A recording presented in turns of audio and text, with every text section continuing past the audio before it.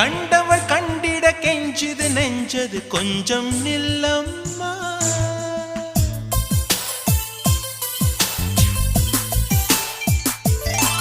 நான் வானவில்லையே பார்த்தேன், அதை காணவில்லையே வேத்தேன். ஒரு கோடி மின்னலை பார்வை ஜன்னல வீச சொல்லியா கேட்டேன். இனி நிலவை பார்க்கவே